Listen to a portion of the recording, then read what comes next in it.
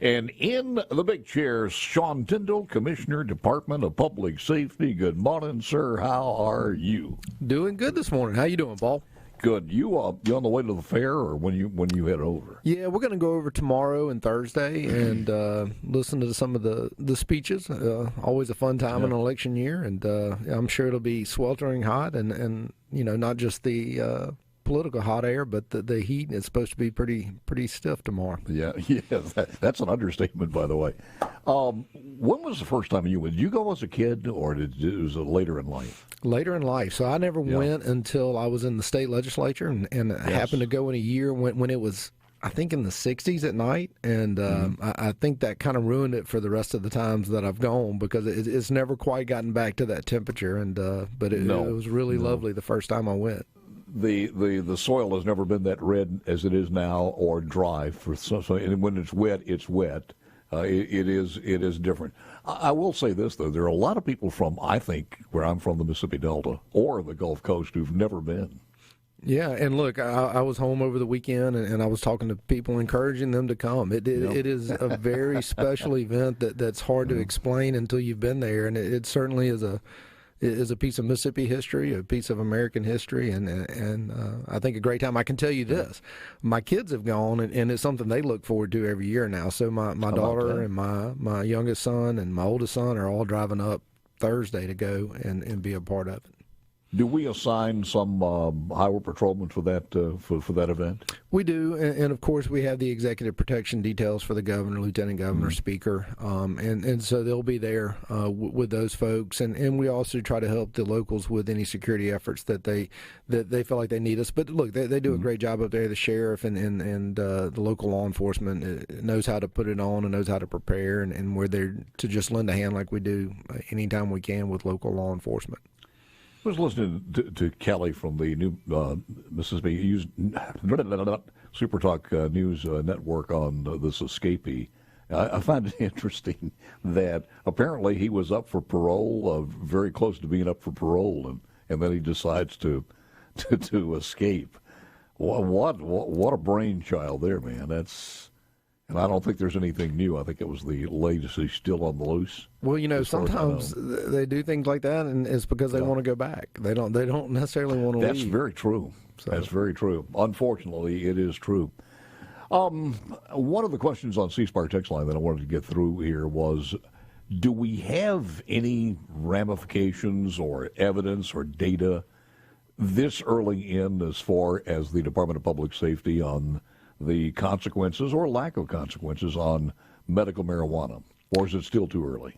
I think it's still too early here. We're starting to see the effects. One of the most difficult things for law enforcement in general, and we've had this conversation with sheriffs and police chief, is DUI enforcement, particularly when it comes to somebody with a medical marijuana card and the impairment that has to be there when they're using medical marijuana, and how we measure that. It's not like your typical DUI where you can do a blood test or breath test and measure the actual quantity that somebody has consumed. And so it creates some difficulty, and really what we're trying to train our officers to do is go back to the old-fashioned law enforcement, where you have to find clues and signs of inebriation and utilize that. So that's going to be an issue, and talking to, particularly like at your colleges and the law enforcement and public safety officials on your college campuses, and they bring up a great point. It's kind of like our agency. It's a drug-free workplace. We get a lot of federal funds that say we're a drug-free workplace. They get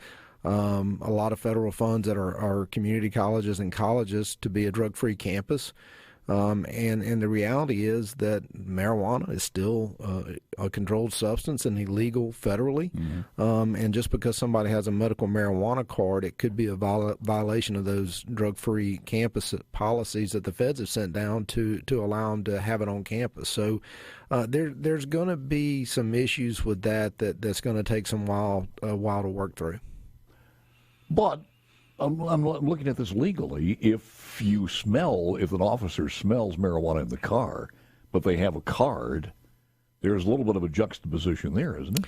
A little bit. I mean, I think the reality is you have to look at the signs of inebriation.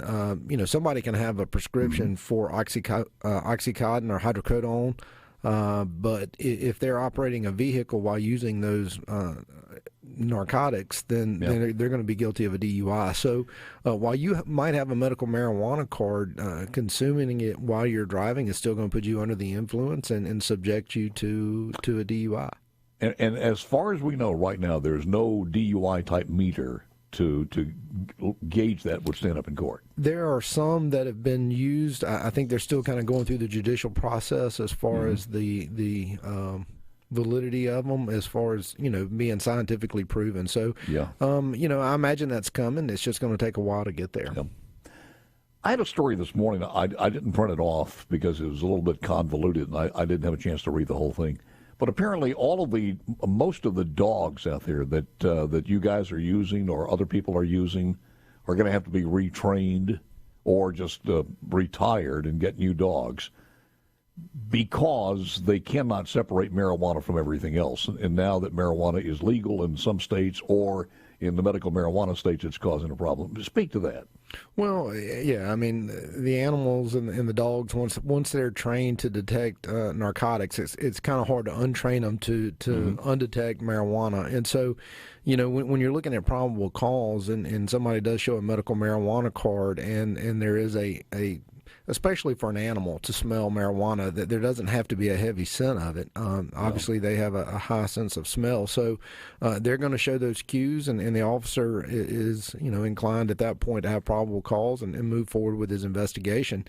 But if they have the medical marijuana card and the dog showing the signs, then it creates an issue because are they picking up on what's legal or are they picking up on something that's illegal? And so, trying to train the animals to focus on the other drugs that are more prevalent and obviously you can't get a medical marijuana card for is going to be an issue. And so that everything's evolving, and as well as the canine part of this. This is a short segment, and I hate to do this, but just anything else that you brought to the table here that you want to give us an update on before time runs out? Well, obviously 1020 was a big bill in this legislative session. That's been before the federal courts and the state courts, and the federal courts are still taking a look at it.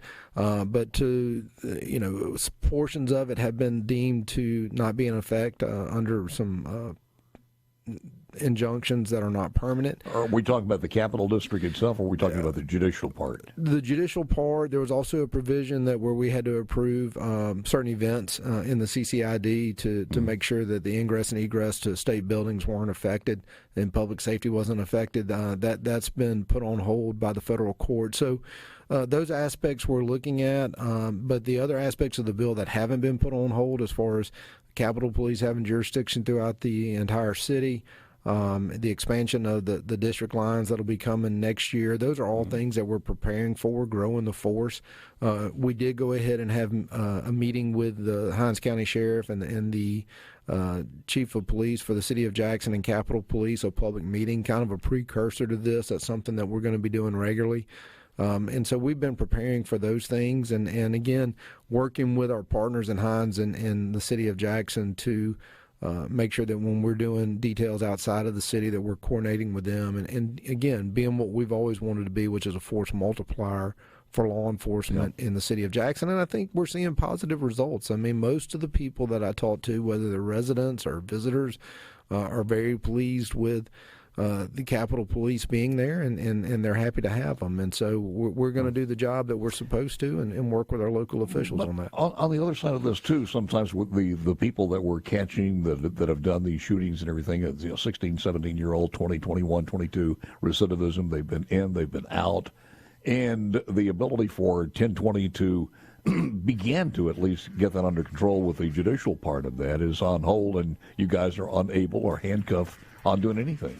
Yeah, and what we're trying to hopefully see is a situation where we're not just doing a catch and release program. And so what we need is a judicial system that has enough judges to recognize that, so that these things can be processed and those that commit crimes will be held accountable. All right, we got one more quick segment here before the end of the program. Can you hang on for that? Absolutely. Sean Tindell back with the final segment coming up next.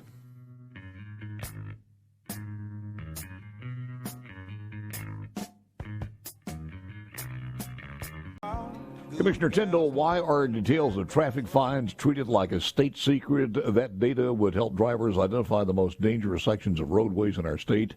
In the best interest of driver safety, please make the data easily accessible to drivers in Mississippi. Derek in Points Unknown. Well, sounds like a good idea. I'll put it on my list of things I got to do today. There you go. See, Derek, you have an impact on the C Spire text line. Any bills that became law in the new fiscal year, which was July 1st, that affected drivers out there?